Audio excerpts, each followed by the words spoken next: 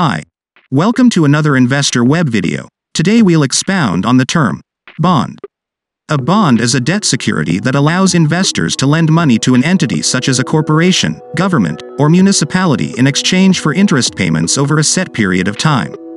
A bond issuer will typically issue a fixed number of bonds at a set price with a specific maturity date and interest rate. Bonds are generally considered a safe investment as the interest payments are guaranteed by the issuer and the principal is usually repaid at the end of the term. Bonds can provide income in the form of interest payments, and also act as a form of insurance against default on the part of the issuer.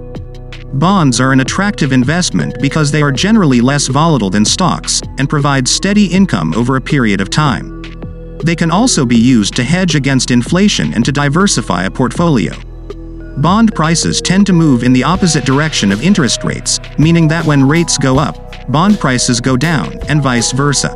If you've learned something, don't forget to like, subscribe and share the video.